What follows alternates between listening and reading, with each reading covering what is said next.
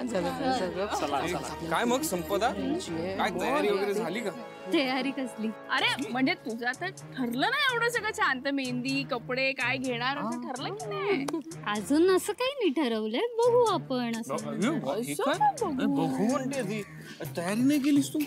अगं माझ्या लग्नात तू इतकी उड्या मारत होतीस, तुझ्या लग्नात तू काय करशील?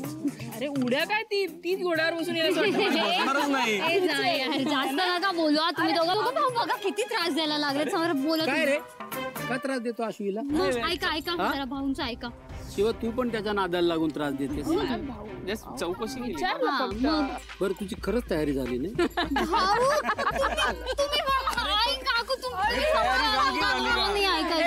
तिला त्रास देऊ किती भेटतात तिला, तिची तयारी झाली.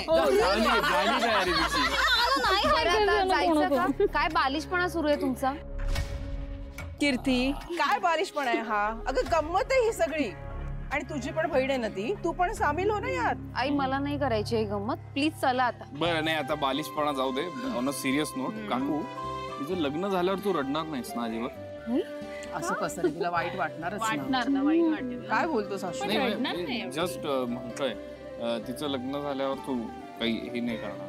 थांबू एक सेकंड, तू असं काही बोलू नकोस. नाही मला एवढंच म्हणायचंय, ती रडणार नाही कारण तिचा त्रास कमी होईल ना तिच्या डोक्याचा, त्यामुळे ती रडणार.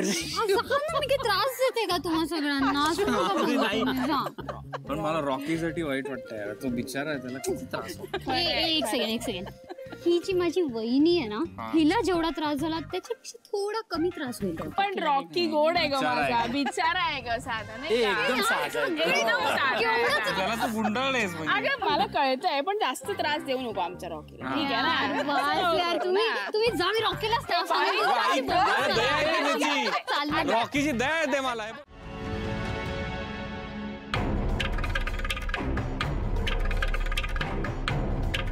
फारच अडगळे तुमच्या खोलीत. पावसात कशा राहता तुम्ही? बघा ना सर, म्हणूनच मी तुम्हाला घरी भेटायला बोलवलं. कसं आहे, तुम्हाला पण कळायला हवं ना मी कुठल्या अवस्थेत राहते. अच्छा, म्हणजे ही सगळी अवस्था तुमच्या नवऱ्यामुळे झाली? हो सर, त्याच्यामुळेच मी इथे येऊन राहते. माझ्या आईला आणि आजीला पण भुरळ पाडली त्याने, आणि मलाच माझ्याच घरातून बाहेर काढून टाकले. मग तुमच्या आई आजींनी विरोध नाही केला? कारण तो गोडबोले आहे. त्यांच्यासमोर त्याने मला वाईट दाखवलं आणि स्वतः विश्वास जिंकून घेतला त्यांचा. आधीच माझ्या घरच्यांना माझी काळजी नाही, आणि त्यात हा माझ्याशी लग्न करताना पण खोटं बोलूनच लग्न केलं. मला आधी सांगितलं की त्याच्याकडे खूप प्रॉपर्टी आहे, घर आहे, बंगला आहे, चांगलं कुटुंब आहे, आणि आता काय तर माझ्याच घरात येऊन राहतो. मग त्याचा आता काही इन्कम सोर्स आहे का? हो आहे ना, आमचं घरचं गॅरेज तोच सांभाळतो. अहो पण घरचं गॅरेज असताना? अहो सर, तो काहीच काम करायचा नाही, म्हणून माझ्या बहिणीने ते गॅरेज त्याला सांभाळायला दिलं. खरं तर आता त्या गॅरेजवर माझा हक्क आहे, पण माझा नवरा आहे म्हणून मी काही बोलले नाही. पण आता मलाच घरातून काढून टाकल्यावर मला फायनान्शियल सपोर्ट काहीच उरला नाहीये ना. तुम्ही जे बोलताय ते जर खरं असेल तर खूप स्ट्रॉंग केस बनेल. खरं असेल काय सर? खरंच आहे, मी खरं सांगते. मला अशा परिस्थितीत काय करावं काहीच कळत नाही. अहो सर, गरज पडेल ते करावं, पण मला न्याय हवा आहे. ठीक आहे, मी सगळी कागदपत्र बनवतो आणि त्यांना नोटीस पाठवतो. तुम्ही काही काळजी करू नका. Thank you so much. येतो. हो. अगं हो, पण आधी त्याला शिक्षा दिली होती आपण, तरी त्यांनी परत काही ना काहीतरी करायचा प्रयत्न केलाच. त्यांनी मला जेलमध्ये टाकायचा प्रयत्न केला, ते पण कायमचा. त्यांनी भाऊंना त्रास दिला, भाऊंवर आरोप केला, त्यामुळे भाऊ हॉस्पिटलमध्ये होते. अशा व्यक्तीवर परत विश्वास ठेवायचा म्हणजे जरा अवघड आहे नाही का? मग तू काय केलंस रे? तू पण शिवाच्या कानाखाली मारली होतीस ना? एक मिनिट, सगळ्यांनी माफ केलं तुला, तिने पण केलं का? घराच्या बाहेर हकलवून दिलं? हे बघा कीर्तीताई, ती वेगळी गोष्ट होती, ती आमच्या मधली गोष्ट आहे.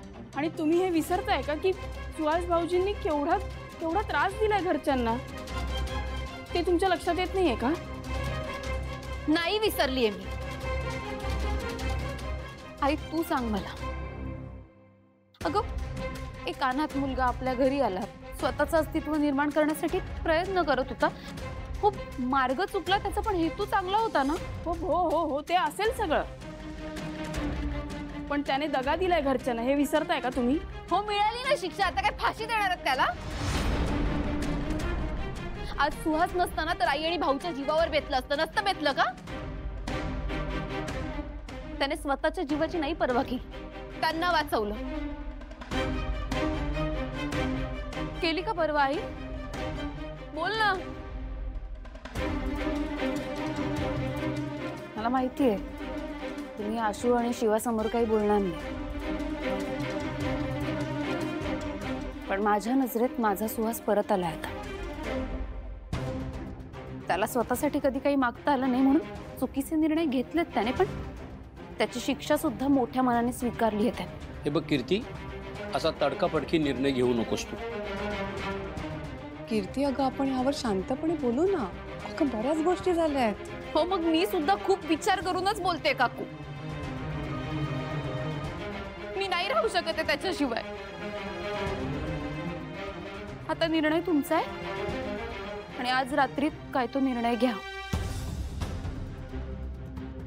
उद्या सकाळपर्यंत तुमचा होकार असेल तर मी आणि सुहास इथे येऊ, आणि जर तुम्ही सुहासला नाकारलात तर मी सुद्धा या घरातून निघून जाईल.